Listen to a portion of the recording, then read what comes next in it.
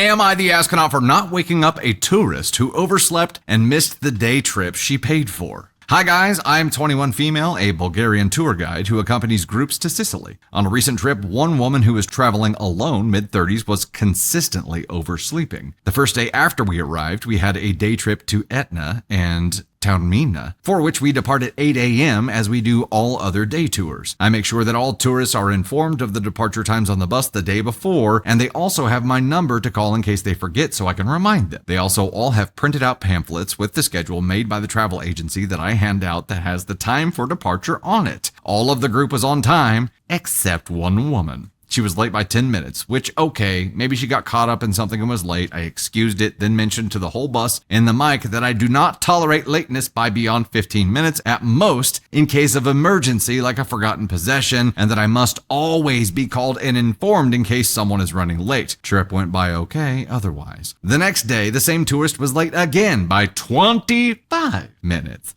Oh, she testing boundaries now. Is this tourist 4 years old?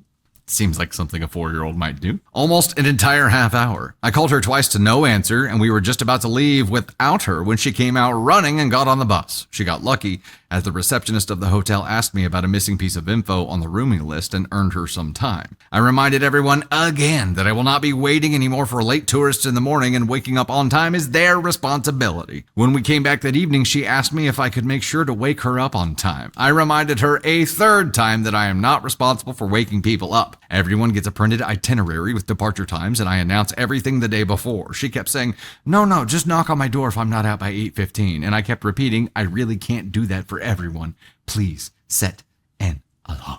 Well, on the day that we were visiting Syracuse, she didn't show up. I waited 15 minutes after the supposed departure time, called her twice to no response, and left with the bus and the rest of the group. She called me in a panic about an hour later asking where we were. An hour? I explained the situation calmly. She got angry and said that I had one job and that I cheated her out of the money she paid to go on that trip. Whoa, hold on. No, babe. You had one job? Wait. She said that you had one job and that one job was waking her ass up? No, babe. No, babe.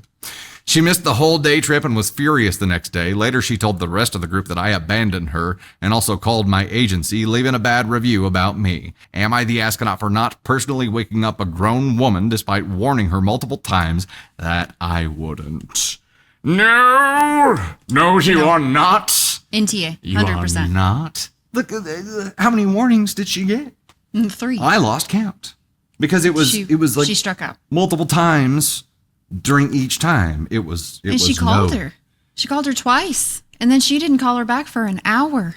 Like, why are you entitled B? I'm curious why somebody with, as Taylor you put it, this level of terrible time management would want to be traveling abroad alone. Like how that's with a group, like, or I don't know. That's a recipe for disaster. Yeah. Even if you're with a group tour, she's still traveling alone. Like, right. How did she ever make it there in the first place? How did she ever get on the plane? You know what I mean? Like how? It's just got to be luck that she actually gets where she's going in life. It has to be just dumb luck. Can't you like request a wake up call at a hotel? I mean, is that still a thing? Yes. You know what? There are also apps that will give you wake up calls. And there's alarm? Also the handy alarm clock. No, but there are like wake up call apps too that you could you could get an actual wake up call through an app. Yeah. I'm sure that exists. I'm pulling that out of my ass, but I'm surely that kind of thing exists. And if it doesn't, maybe it will. Maybe Dusty Thunder can start waking people up. With your voice. Get your ass out of bed. Hello. You are currently at AskOn 3.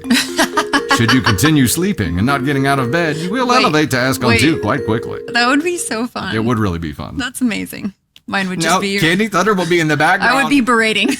Candy Thunder will be in the background going, what the Okay, here's the edit. I talked to my manager today. I was nervous at first because I was already tired of this whole shenanigan and didn't want to spend ages defending myself. So I went to him first and explained the situation before he approached me. He told me, word for word, "Hun, I deleted that BS from my email as soon as I read it. LOL, an icon. They'll remove the bad review." Yay. That's awesome. That is super that duper makes me duper happy. cool. I do think bad reviews in general, I think, like, I personally as a consumer don't believe in removing bad reviews. I think I learn it is the best window for me to be able to see who this business really is, how they handle problems, watching how they handle problems. Yes, their response is everything I need to know. Yeah, we've had someone leave a bad review about our agency, and we came back with receipts to this person who like completely misjudged the timeline and never responded to emails, multiple emails.